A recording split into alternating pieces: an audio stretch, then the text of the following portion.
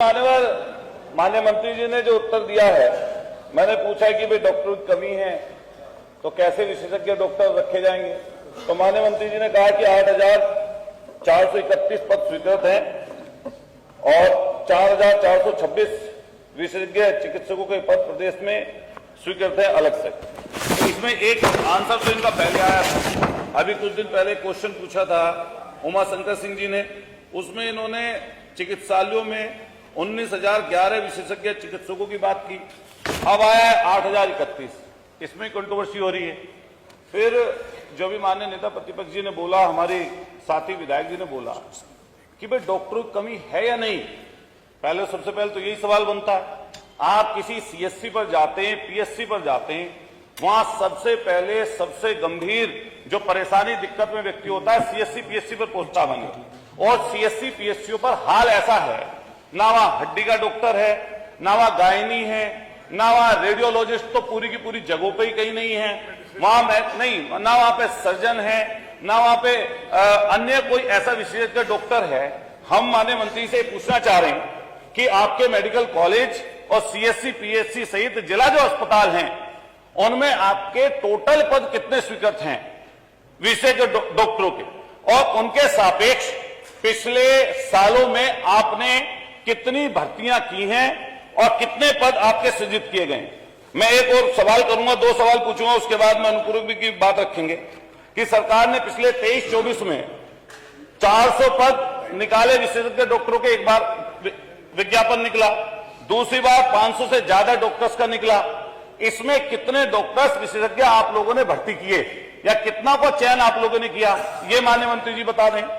दूसरे नंबर पर जो विशेषज्ञ डॉक्टर हैं, एक आपका चयन होता है उत्तर प्रदेश लोक सेवा आयोग से, जो लोक सेवा उत्तर प्रदेश आयोग प्रयागराज है, एक तो उससे चयनित करते हैं आप, उनकी तनख्वाह रखते हैं 60 से 70 हजार।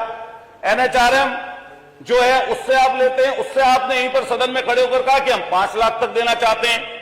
एक खबर छपी कि भर्ती 70 रेडियोलॉजिस्ट की भर्ती आपने निकाली, आपका डॉक्टर एक भी नहीं आया। ये मुझे आप बता दें, जब 7.5 साल की आपकी सरकार बीत चुकी, 10 साल केंद्र की सरकार को हो गए और आप ये रोना रोज रोते रहो कि हमारे डॉक्टर आए नहीं, हमने ऐसी भर्ती निकाल दी, हमने वैसी भर्ती निकाल दी, हम ऐसे कह रहे हैं, हम 5 लाख की तनख्वाह देने के लिए कह रहे हैं। मैं मेरठ के बता रहा हूं, मेरठ मान्यवर, आप ये जिले का नहीं बताओ, प्रश्न बताओ। हाँ, स्पेसिफिक सवाल पूछ रहा हूं मान्यवर, मेरठ की व्यवस्था के बारे में पूछना चाह रहा हूं। हमारे यहाँ मेरठ में रेफर सेंटर है, मेरठ मेडिकल कॉलेज।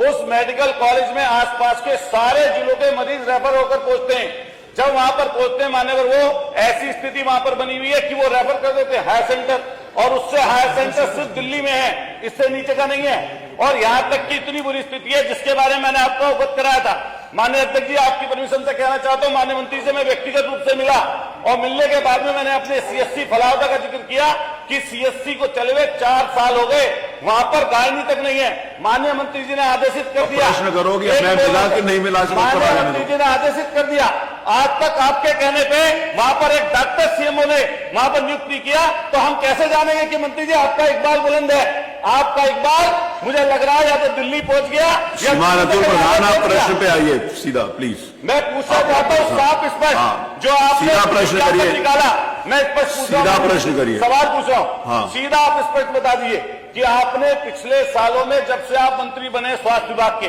कितने विज्ञापन निकाले विशेषज्ञ डॉक्टरों के, और उनके सापेक्ष आपने कितने डॉक्टरों की भर्ती की। दूसरा, आप जिस तरह एनएचआरएम के माध्यम से 5 लाख की तनख्वाह पर डॉक्टर रखने की बात कर रहे हैं, क्या आप उन डॉक्टर जो पहले से वहां पर काम कर रहे हैं और नौकरियां छोड़ छोड़ कर जा रहे हैं, क्या उनको भी वही तनख्वाह देंगे या नहीं देंगे?